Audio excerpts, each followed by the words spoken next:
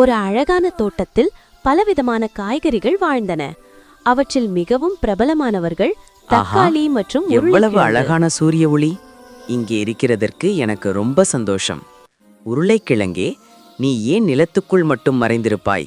மேலே வந்து பாரு, பறவைகள் பாடுகின்றன. அது உனக்கு எளிது தக்காளி. நான் மண்ணில்தான் வளர முடியும். அது எனது வீடு, எனது பாதுகாப்பு. மேலே வந்தால் நான் வாடிவிடுவேன். சரி சரி, உனது வழியும் அழகுதான். ஆனாலும் ஒரு நாள் மேலே வந்து பாரு, உலகம் எவ்வளவு அழகானது என்று. இன்று நல்ல விளைச்சல் இருக்கு.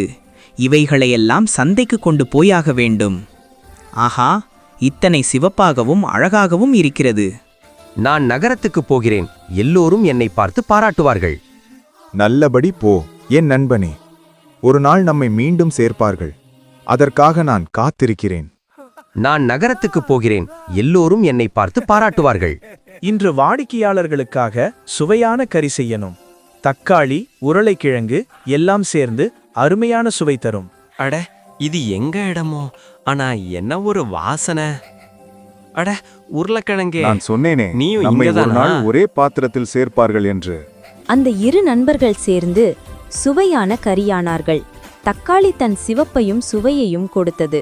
உருளைக்கிழங்கு தன் மிருதுவை கொடுத்தது. இருவரும் சேர்ந்ததால் அந்த ஹோட்டல் புகழ் பெற்றது. தக்காளி சொன்னது, நண்பனே, நம்மை வேறுபட்ட இடத்தில் வளர்த்தாலும் நம்மை ஒன்றாக இணைத்தது சுவைதான். உண்மையான நட்பு அதுதான்.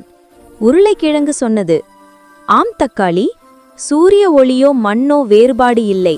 நட்பு இருந்தால் எதுவும் இனிமை. அந்த நாள் முதல் மக்கள் தக்காளி உருளைக்கிழங்கு கறியை சுவைக்கும் போதும் அவர்களின் நட்பை நினைத்து புன்னகைத்தனர்.